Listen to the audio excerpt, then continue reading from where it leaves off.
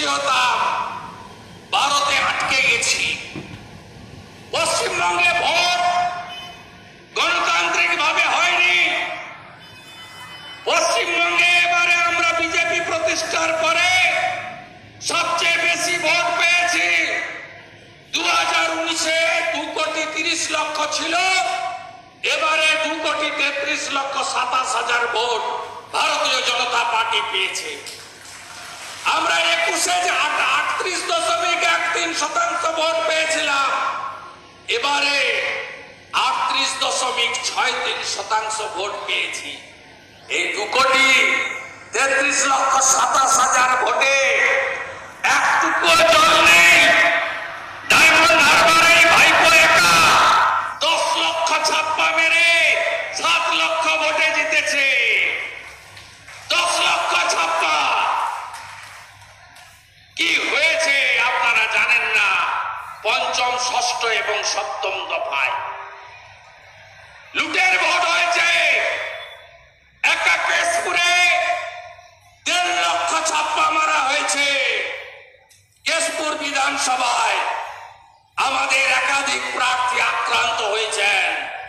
টিভিতে আপনারা দেখেছেন।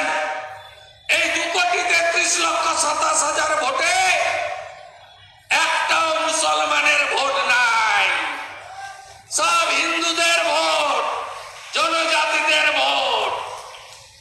এ ভোটে কোনো জল নেই। তৃণমূল তো জলে দুধ মিশিয়েছে, আর আমাদের দুধে 1 ফোঁটা জল নাই।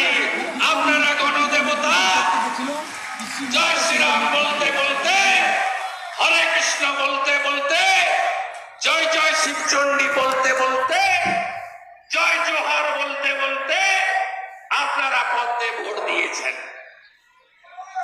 আপনারা শুনে রাখুন, বিধানসভায় 77 জন জিতেছিলাম, এবারে 92টা বিধানসভায় লিড আছে। আপনাদের এই জেলায় কালিয়াগঞ্জে লিড, হেমতাবাদে লিড, করণদিঘিতে লিড, রায়গঞ্জে লিড। 4টে বিধানসভায় আমাদের লিড আছে।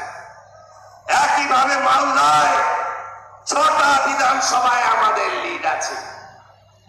আপনারা আশ্বস্ত থাকুন, আমাদের লড়াই থেমে থাকবে না।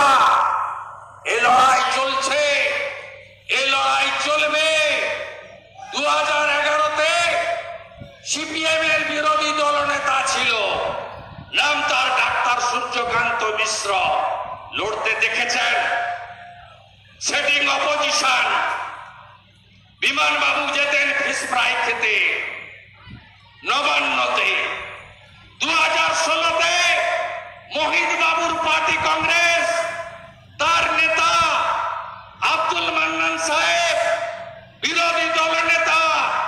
কোনদিন চাকরি দুর্নীতি, গরু পাচার, কয়লা পাচার, উত্তরবঙ্গের বঞ্চনা, বেকারদের কথা, নারী সুরক্ষার কথা, পাহাড়ের কথা, জঙ্গলমহলের কথা, রাজবংশীর কথা, নমশূদ্রের কথা, শিক্ষার কথা, স্বাস্থ্যের কথা কোনদিন শোনেননি।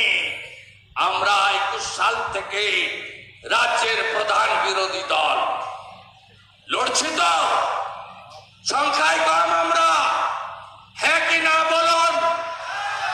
আমরা লড়ছি কিনা অ্যাসেম্বলির ভিতরে বাইরে? নো সেটিং অপোজিশন, চোখে চোখ রেখে লড়াই।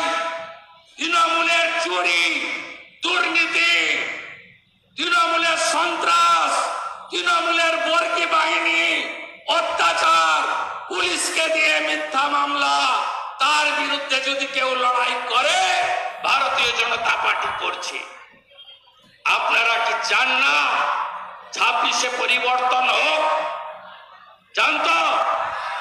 তাহলে বিধানসভার লড়াইটা আরো জমজমাট হোক, এটা জানতো? তাহলে আমার সঙ্গে দীপক বর্মনের সঙ্গে চিন্ময় শঙ্কর ঘোষ, নিখিলদার সাথে মানস ঘোষকেও পাঠান বিধানসভায়। একসঙ্গে লড়াই হবে, সংখ্যাটা বাড়বে, আওয়াজটা আরো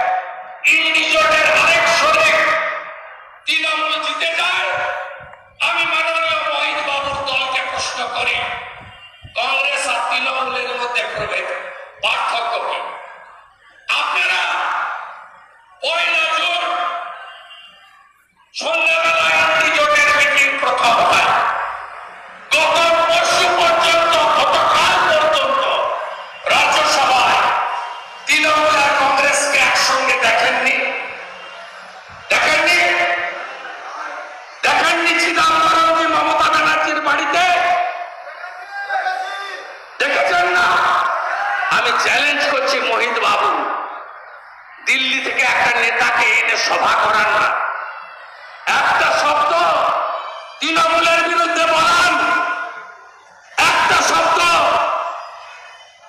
আপনাদের প্রদেশের সভাপতি অধীর চৌধুরী সোনিয়া গান্ধীকে ডেকেছিল,